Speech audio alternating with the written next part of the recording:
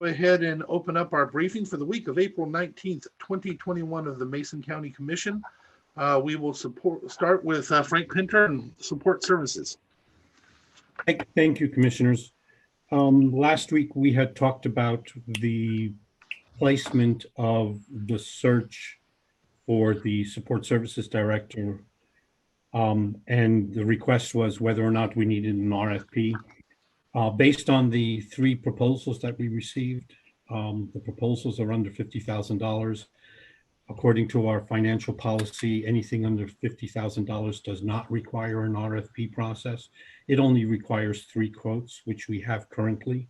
So the question I have moving forward is, do we have a decision, or can we make a decision on which firm to work with in soliciting a executive search? So if we can, let's go for comments from the commission on that. Kevin, do you have a preference of what you're looking at for? Yeah, thanks, Mr. Chair. So having reviewed the proposals that were submitted to Frank, I think my preference is to go with Prothman. They're more local than the other 2. We have experience working with them currently with Mason Transit in our search for a GM there, and so I like that connectivity there, and so I think that would be my preference. I thought there were 3 strong proposals, but the fact that Prothman is much more localized than the others is a plus in my book. Commissioner Trask. I would have to agree. I think Prothman does a good job during the searches for others, and so I think they're going to do a good job. So far, they've done pretty good with the MTA. We'll get an update on that one tomorrow, but so far so good. So I would suggest Prothman, or agree with Prothman. And I think it's unanimous. You can't pay for that local knowledge that you end up picking up from the work they've just been doing. Also, you just can't, you have to pay a lot, I should say, to get that, for them to spend time to get the knowledge they've already picked up. So I think we're all agreed. Without objection, we'll send him forward in that direction. Okay, Frank, you got your sailing orders. Thank you very much, and that's all I have for today. Okay, this is going to be interesting. Mackenzie, are you out there? Can you hear us? I can. Do you want me to try to get a hold of Loretta? Yes, please. Do me a favor. We'll try and get her in maybe 5 minutes or 10 minutes, guys, and we'll take a break till then. Sounds good. Okay, so we are on break for 10 minutes. Bye. All right, welcome back, everybody. We're going to go ahead and move into our next part on our briefings this morning. Public Works with Loretta Swanson, Utilities and Waste Management. Loretta? Good morning. Good morning. All righty, Commissioners. So this morning we've got some reports, more paper shuffling. So we've got a Title VI report that is being submitted, and then a grant application for our Highway Safety Improvement Program. And also, as we transition with Bob Choate's retirement and our new person coming on board in June, we've got some updates for signature authorities and submittals. So with that, we'll get going. Any questions about the annual Title VI report, Commissioners? Nope. It's a pretty hefty document and a very important piece of work that we prepare every year in conjunction with our Title VI coordinator. So as you may be aware, Frank oversees that piece, and we need to check in to make sure that we've, whether or not we've received any complaints or concerns pursuant to Title VI, and there were none reported this year. And then it's an effort to put together all of our activities to comply with Title VI for receiving federal funds. It's the purpose of this report. Loretta, is there anything that stands out, as we go through these and we read them, unless it's red, there's a red line that shows that there's a difference, we're not going to see much. It'd be really hard to do it without meeting last year's and the year before that at the same time. Is there anything that we're supposed to notice in this one? Nothing particularly new. Every year there are improvements, if you will, to the report itself. And I do want to compliment Kelly and our engineering team in that regard. We every year prepare additional reviews in terms of making sure that we're getting messages out to the community that is understood. So you've seen our bilingual announcements, for example, that went out on the projects down in Shelton Valley. And it's just making sure that we're communicating in a means that's inclusive to all of our residents in the community. Okay, what else you got? Next up, Mike's got the Highway Safety Improvement Program grant application. This is a biennial grant that we apply for and typically receive on the order of about $700,000 to $800,000 in highway safety funds. And Mike can give you some details on what it is that we're submitting this go around. Good morning, Commissioners. This is the 2021 Highway Safety Program grant. This year, we're going to focus on guardrail locations, of new guardrail locations based on our accident reports and stuff. So we're going to, let's see, new guardrail replacements, replacement of some old guardrail, bridge retrofits. There's like 16 locations of bridges that we'll be doing new guardrail systems on. We're also applying for reflector panels to go on the stop signs and our curve signs. You see those on the DOT where they have the high reflective panels on the post itself. So we're looking at requesting for some of that funding. And then the other issue is the curve data. We're requesting funding for a grant to receive this software program and hardware program that will actually do what they call ball banking. Ball banking of a curve is basically determining whether the curve needs to be reduced speed sign applied or chevrons or any other signage. So if we can get that information for all of our 08s, 07s, and our 09s, we have the information to revamp our signing program. So those are the different items that we're looking at. Any questions for Mike? Not for me. Commissioners, if I could jump in at the last TIPCAP meeting. Hold on, I think Sharon was about to say something. Sharon, Oh, I'm sorry, Commissioner. okay, were you about to speak? You're muted. I just said none from me. Okay, I can read your lips enough to see you were speaking, not what you were saying. Thanks. Go ahead, Loretta, sorry. Oh, no problem. I just wanted to mention at the last TIPCAP meeting, the TIPCAP members voted to recommend submittal of this application. Thank you. You're welcome. Okay, what else you got? Okay, next up, Richard. Good morning, Commissioners. Good morning. All right. So as Loretta alluded, Bob is retiring. His last day of work will be May 18th, and that will be his last DMRs that he gets to sign. So we're in the process now of just giving myself authority and Justin Phelps, our newly hired wastewater manager, signatory authority as well. Great. Yeah. Good with me.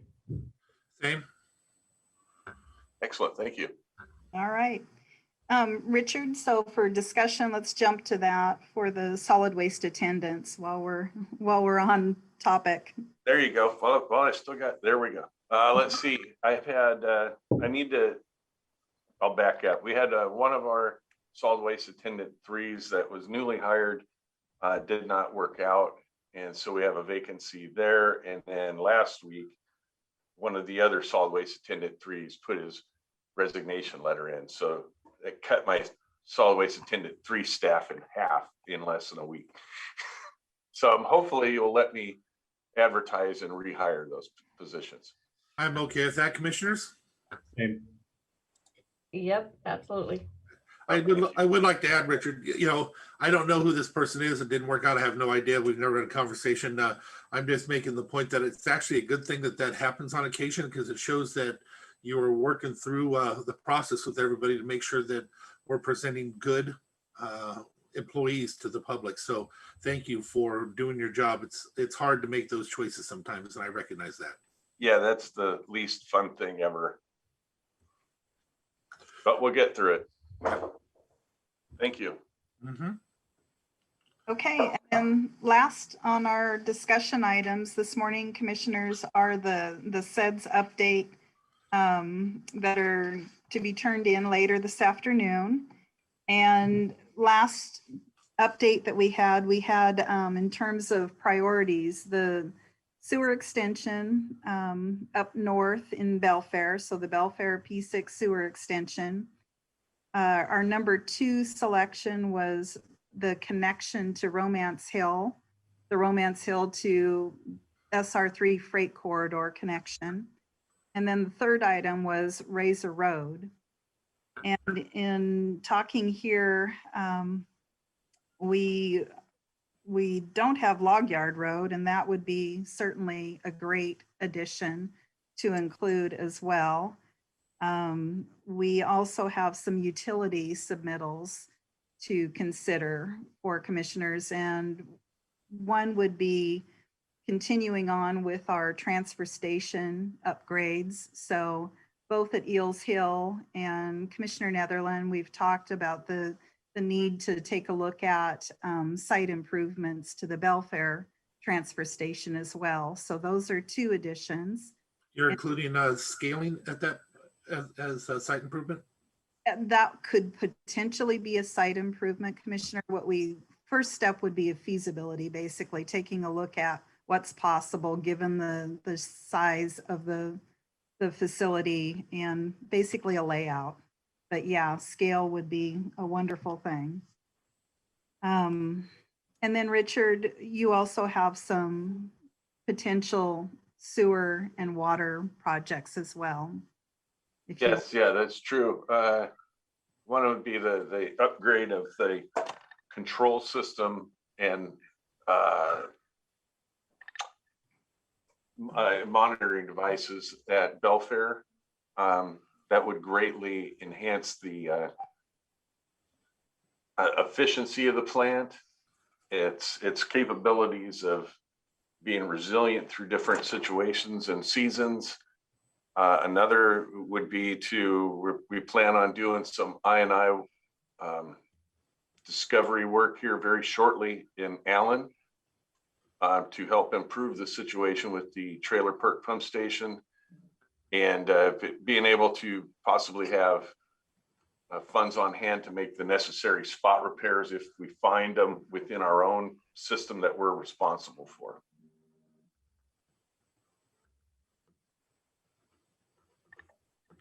How are we holding up on, just speaking of the sewer plants, how are we holding up with our maintenance and everything? We went through all those years where we had some major issues where things had not been done. Have you done a recent study to see where we're sitting on all that? Yeah, we've got updates on that, on what, and a lot of it is pretty much prioritized too, of what causes us the most risk and what's most imminent to fail, and how to mitigate those risks that we're looking at. And we've done a pretty good job. I think we can always, no matter what, we can always find a way to make it better, more efficient, and safer. It's just a matter of, what really needs to be fixed first. And I guess what I meant, Richard, before you came in, we actually had a huge issue that arose from us not doing the proper maintenance for many years that was necessary. And it came to us all at one time as a commission going, I hope you will look into all that and all the maintenance records to make sure that we are in compliance with everything that was required and is necessary. I'm sure you already know, it's always cheaper to actually maintain than it is to fix and replace later. If we Oh, can. amen. So I just ask that you'll look at those again. Maybe Loretta, if you don't mind, share with him that past hiccups that occurred so he could look at it, and it may give him some fresh eyes on what to be leery of this time. You bet. So along those lines, and Richard's got a good mind towards that anyway. And with this transition, someone new coming on board, it's been an opportunity to dive back in and get out in the field and talk with the operators directly. So it's one thing to have our inventory and our records. It's another to get right together with the folks that are seeing it firsthand and seeing and hearing their observations as well. How did we discover that last time? Did they come out and audit us? I'm sorry, How Commissioner. did we discover that last time? Did the state come out and audit us and tell us it was that far behind, or what happened on that? I'm not sure what the exact trigger was. It could have been operating permit, but I don't believe that was the case. It could have been just a change of folks, you know, when Bart came on with his fresh eyes taking a look as well and just saying, look, let's put some money to this. And between Bart and Jerry, they said, we really need to program money and get Yeah, it. no, it was much worse than that. We were being told we had to do certain things. So Oh, well, then maybe- that would be permit compliance. yeah, when you go over the records again, that'll help us so that we don't have that happen again. Yep, Yeah, no problem. absolutely. I'll reach out to Dynas too. Okay. Commissioners, any questions, comments? Yeah, just a quick question for Loretta. On the items that you're proposing we add to the SEDS list, I'm in agreement. I think they're good projects. I'm in particular excited about the transfer station projects because that's been something that we've been chasing for quite a while. Yes. What's the breakdown of, you know, the SEDS list is basically broken into two parts, you know, shovel ready and planning. Mhm. How many of what you're proposing would be, you know, ready for work, and how many still need planning? It sounds like maybe the transfer station stuff still needs a little bit of planning, but what's the breakdown? Yeah, you're correct, Commissioner. Those would be more of a planning level type project. The sewer, that would be basically on the hunt for any grant funds, if you will. That's shovel ready. So it's converting loan to grant if possible, or taking advantage of some funds there. Romance Hill and Log Yard, Romance Hill certainly is more shovel ready than Log Yard, although Log Yard will be shovel ready, say within another 6 months or so, certainly within the time frame of the SEDS list and funding abilities. Razors, definitely still in the preliminary engineering phase, so that's not shovel ready. And the Belfair controls, I believe, Richard, that would be considered fairly shovel ready. Yes, we've Yeah. identified what's necessary. Yep. That would be good to go. And North Bay, I think would be relatively close to shovel ready because we are planning to do the smoke testing here in the near future, and that will tell us within the next 3 or 4 months or so what a project would look like. Okay. And then, you know, I guess the other follow-up to that all is we just received an email last week from Senator Murray's office, you know, soliciting projects. You know, if there are any projects, you know, commissioners or Loretta, Richard, you know, that make sense to submit to that process as well.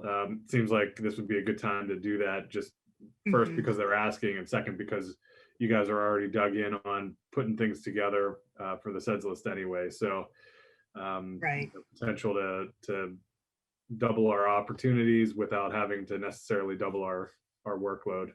Yeah. Loretta, one thing I haven't heard you mention is we have to be running on a capacity issue at North Bay with all the building that's been occurring. We must be, because we were already talking about a capacity issue several years ago before we ever had this big explosion on building. Yeah, so Richard and I were also discussing a general sewer plan update for North Bay as well. We're not quite there, but we want to be ahead of it.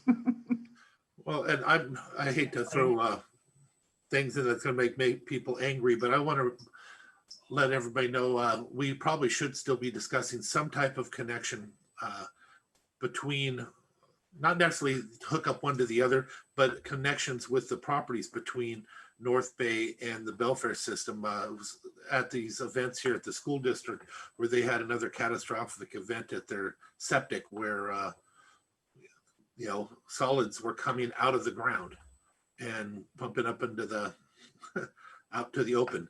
As you're watching tons of paper, tons of everything coming out, it just made me remember again that eventually we're going to have a discussion of such a huge entity being hooked up to the sewer, and I'm not sure which one it makes sense for it to go to, but I'm just throwing that out there to be considered, as we know that this is going to be an ongoing thing and has been for years. I'll just chime in on that, Commissioner. I think that's absolutely worth investigating a little bit further. How that looks ultimately, is probably to be determined. But the school district is growing, and with the freight corridor coming in, we don't know what effect that's going to have on growth more broadly, but it seems to be pointing, the arrow seems to be pointing up, right? So I think we should be looking into that sooner rather than later and figuring out what makes sense, because it's not going to get easier to do, that's for sure. And if we give plenty of time, there's an opportunity to go for grants for them to do the hookups, if the more time that we give them. But on top of that, I'm going to throw out, we are looking at Razor Road connection, which would come out of Highway 3. And if we were to talk about having extensions to systems, it would make sense for that area also to be in the system, so that maybe perhaps the urban growth area might change to that area that could be developed for housing right there. It's a huge area if Razor Road was to open up. Yeah, and Commissioner, that's, I guess, what I was thinking as well, that would likely trigger conversations about the urban growth area as well. And Commissioner Schutte, I'm sorry, we've talked a little bit also about sewering, or relooking at sewers for the Hoodsport community, or at least a general plan update, or looking at facilities and feasibility there. Is that something that we should be including on this list as well? That's a great question. So Commissioner Nevlin, I'll see your connecting the two sewer systems might make people angry and raise you a let's talk about sewer and Hoodsport making people angry conversation. Two sides of the same coin, I think, in that regard. Here's the deal there. I don't know that it should be included in this SEDS list. Okay. I do think that there is a demand to relook at that, in particular from the business community in, I'll kind of call the downtown core of Hoodsport. The port has struggled with their bathrooms. They went through a surplus issue, or a decision here recently, and there are some things that are changing with how the bathrooms there are going to be operated, and just the geography there makes it difficult for septic systems as they age to be replaced and maintained. I know our environmental health team, has had to work really hard with property owners along the shoreline in order to make that happen. Again, the issue for the commission to think about is, how do we scale a system there that it's not overburdening that community, but recognize that at least seasonally, if not persistently throughout the year, with that, as access continues to grow to the park and forest areas, they're going to continue to get hammered downtown there. And so we need to be looking forward. I don't think this is the year to put it on there, but I think certainly in the next couple of years, we're going to want to re-engage in a conversation with the community there about doing it, because at some point it just might make better financial sense, and certainly it'll make better environmental sense. And we have some other partners up there that would be willing participants, I think, with the hatcheries, as well as the Forest Service and some of those other state and federal entities. So if we're thoughtful about it, I think we can be successful, but I think it needs a little bit more consideration and conversation. Okay. Yeah, well, Commissioner, I want to chime in there. I agree. You know, I've been around long enough, but a lot of things happened right before I got here. There was an agreement in place where they were working together with the Skokomish Nation to put together a plan at one point, and that all fell apart. You have areas out there where a large amount of people are living that are failing horribly, and it's not just right on the water. It's amazing that we've allowed it to even continue, because when it does rain, it does flood there, and the sewage does come up. It's pretty bad. That area is growing. Whether anybody likes to admit it there or not, there's a lot of action happening out there in the real estate market. A lot of those people up in the Cushman area are now becoming full-time residents where they weren't in the past. So with all that being said, maybe one of the considerations might be to talk with the Skokomish tribe again about some type of partnership, because it may be cheaper to do an expansion and reconnect wherever it went broke. Because as I said, that happened before I got here, but it was a real item. They were pretty mad at us, and I don't know what it was, but maybe you can reach out and have that conversation. I think the commission should empower you. It takes two of us to do that. Should empower you to start to begin to have those conversations, so that we can find out if we could save money in the long run. And that may be an opportunity that we hadn't seen. If we could do it for a few million, we should be able to take advantage of it as quick as we could. So you might want to consider putting on the list just so we could take advantage of it if it does happen. You have that money this year from the federal government, Right. several million. If it could go that far for a connection, would be huge. Yeah, and I think, you know, I mean, if there's consensus about putting it on, that's fine. I mean, obviously it would jumpstart the conversation. And you referenced the previous work done, well, probably about 15 or so years ago, maybe a little bit longer, and the ensuing brouhaha over that. You know, just it's a difficult thing to engage with. We know that from other sewer systems in the county, but you're right. I mean, there's going to be some money coming in, you know, and it's, you know, to the point about, you know, connecting Belfair and maybe North Bay, or providing service to the school district. The need isn't going to go away. It's going to continue to grow, and it isn't going to get any cheaper. You know, and so planning now might help us in the long run. So, I mean, if there's consensus, if you feel like this is a conversation that we're ready to engage in, then I mean, I would be supportive of putting it on the SEDS list in that planning phase, just to jumpstart the conversation. But Commissioner Trask, do you have any concerns or issues with that, or? No concerns at all. I know it's a huge issue. I've spoken with many of the business owners up there, and it's a big concern. We don't want businesses closing if they, you know, because of a sewer issue. So I agree. And we do have money coming from the feds, and it is for infrastructure. And so if we can tap into that and use some of that, that would be great. Also, another avenue would be like for the transfer stations. Let's get that on the out of budget list too, or when we do the requests. So let's make sure that we start working on those now. If we have it ready, all we have to do is plug and play and send it off to our reps and have them work for us too. But yeah, if we put it on the list now, Commissioner Schutte, and you start to have those conversations with the tribe, if there becomes an opportunity to team up with them again after all these years and to do an expansion project, as you know, right now, the way things are going differently in Washington, D.C., there may be actual dollars to accomplish that and to put that through, where you may not have that in another several years, or I'd hate to lose an opportunity just because we didn't have it on the list, especially if, and I'm going to reiterate this, Commissioner Trask, are you comfortable with us empowering Commissioner Schutte to start to have those conversations with the tribe, just to, you know, to be part of it, at least with Loretta and them, to take advantage of any opportunities that may arise there? I kind of think that's a silly question, but of course, I think we also need to reach out to Marilyn Strickland, our new representative, because she is on the infrastructure and transportation team in DC. So let's include her in all of our communications as well. Yeah, and what makes it not a silly question is no commissioner should be going and having a conversation with an entity like that without being empowered by the other commissioners to do so, at least two. That's why I was saying that and asking for buy-in.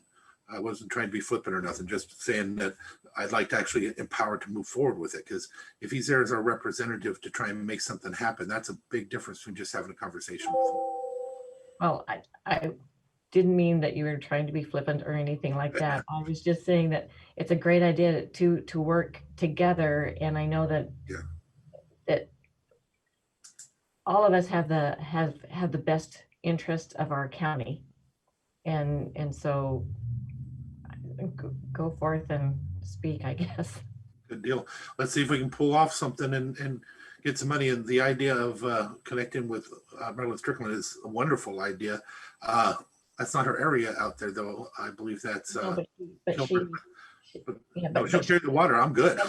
She's on that committee, so let's use our resources. She does represent us a portion of Mason County. She and her staff have a fondness, I guess, for Mason County. So let's, kill her as well. But she's on that committee in DC. Let's not wash over the fact that you've also created a good relationship with her, you personally, and that brings a benefit to the county for a reason to reach out. Anybody anywhere can do something. If you've got the relationship, which you do, I definitely appreciate it if you reach out and empower this county a little more. So with all that, if you're okay, I think my first step would be to just kind of huddle with Richard and Loretta and talk a little bit more internally about things and chart a course from there. Yeah. But at least put it also on the SEDS list for the beginning process. We're all comfortable with that as well. Sure. Okay. Yep. Right. And commissioners at the department and staff level, we'll make sure that we're talking with the department as well. And I know previously we did get together with Alex, so it's been a little bit ago, but just refreshing our collective memories and thinking about next steps. So great. All right, what else you got for us? Well, I think that is about it.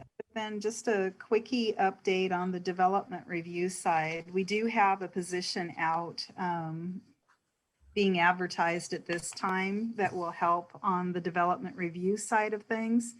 But we may be or are already starting to be a bottleneck on the permit process. And commissioners, we will likely be coming back with a request for using consultant services to at least get us through the hump in some of these larger project reviews and approvals and conditioning. And that would be kind of a proactive approach in the event that we're not super successful in our recruitment efforts, and we'll see how that goes. But I don't want to get through a recruitment process and be another month and a half, 2 months down the road and still not have somebody helping get things through the project pipeline.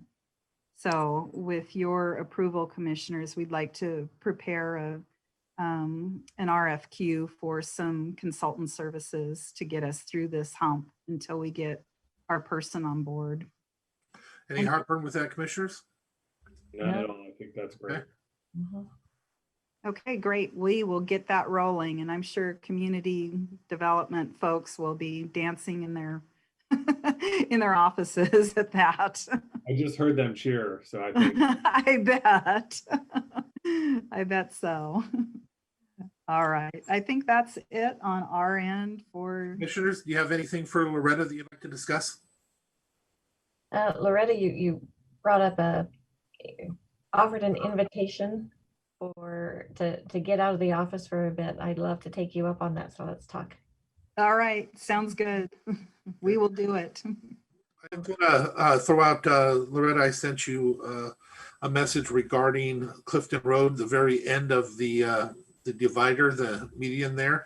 Apparently is damaged and rebar is showing. If we could get somebody out there before something bad does happen on that. Yep. I haven't seen it. I'm just going off what I'm told. For all I know, it's a 1/4 inch of rebar showing, or it could be Oh, okay. a lot more. I don't know. Okay. With that, also, I want to take advantage to tell you how appreciative I am of our roads. Whenever I go traveling to some of these places, I get reminded over and over again just how great we have it. It's funny as I go from different areas in Colorado, they actually have roads that are CR 24, CR County Road, with a Right. number on it, and you can sure tell the difference when you're literally going from smooth to boom, boom, boom, boom, boom, boom, everywhere. And as soon as I see that, I always think back to here in our community. The state highways are the boom, boom, boom, and the county roads is when it goes smooth. So we're doing a good job, and the only proof I can give you is go out there in the real world and see what they all do in the other areas. Drive, It's right. pretty bad. So I just wanted to give a thank you to our staff because we have great roads and we have great maintenance here. Oh, thank you. They will greatly appreciate that. I know they take a lot of pride in their work, and it's fun to see them excited about their work. And we appreciate the commissioners giving us the tools to help us do good work. Next time I'm going to video it and share it with you because it is almost hilarious. My wife was laughing just how bad it really gets out there, and nobody seems to notice it or care. All right, anything further? Just a real quickie on Clifton Road also, Commissioner. I know that Rod's been, you may notice the sight distance as you pull out from Roybode.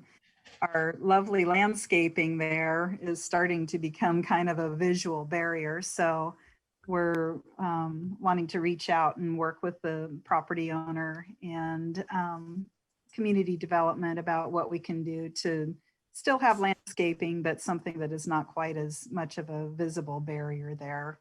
Yeah, and every year we, about this time, I haven't had any requests, but could you please contact the state already regarding the, we just had an accident there, I guess, regarding the access from Sand Hill onto 300.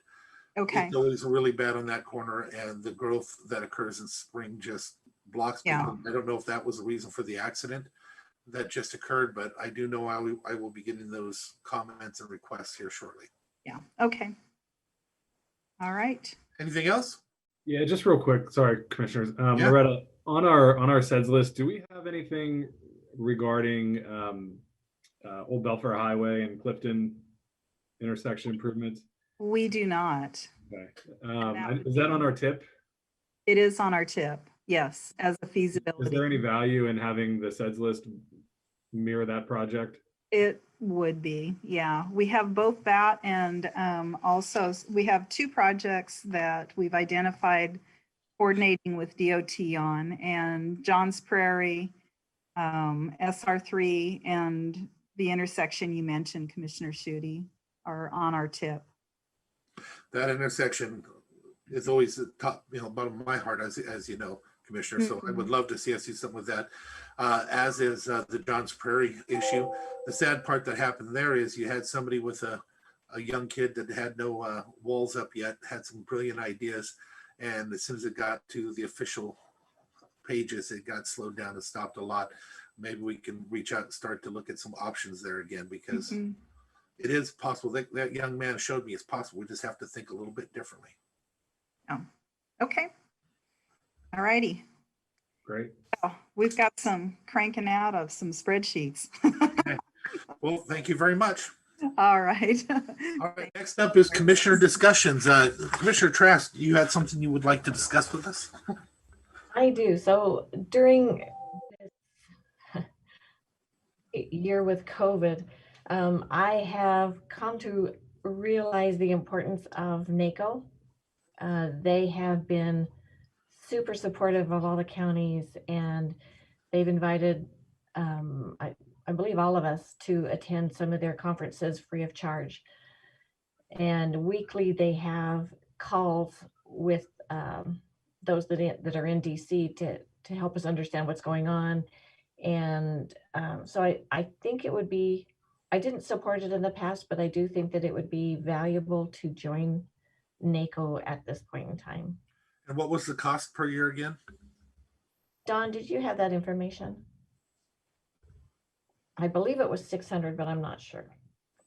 I thought it was much higher than that. I 4,000. have that, but I can find out. But last I knew, I think it was about 600, like you said, Sharon. Per year? Yeah, I'll look into it though and get back with you on that. I can send an email out later.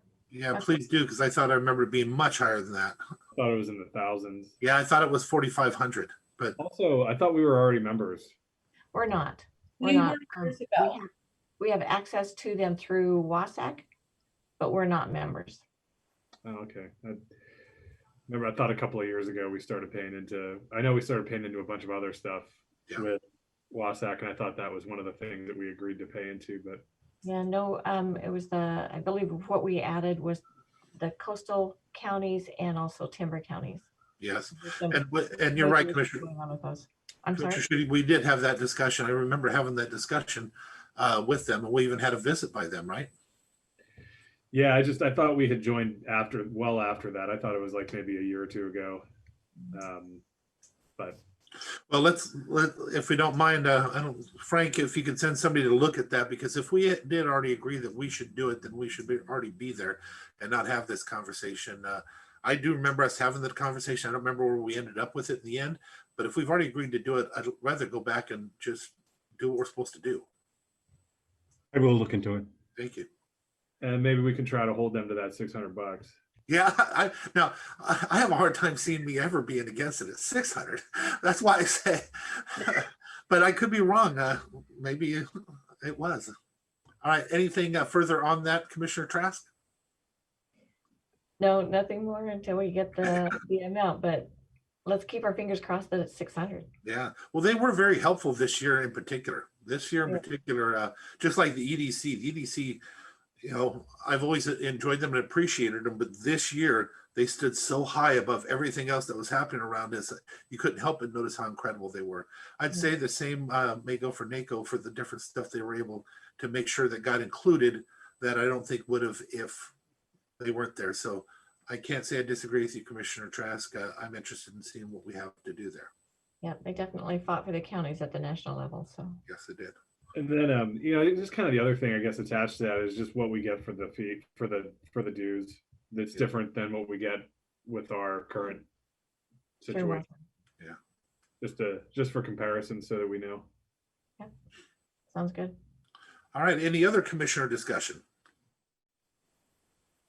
Then just for the people at home that are watching on our agenda, it did say Economic Development Council with Jennifer Baria, but she is under the weather today, so we are going to skip that one. With nothing else, if there is no objection, I'll entertain a motion. So moved. Second. Hearing no objection, we are adjourned. Have a great day, everybody. Yeah.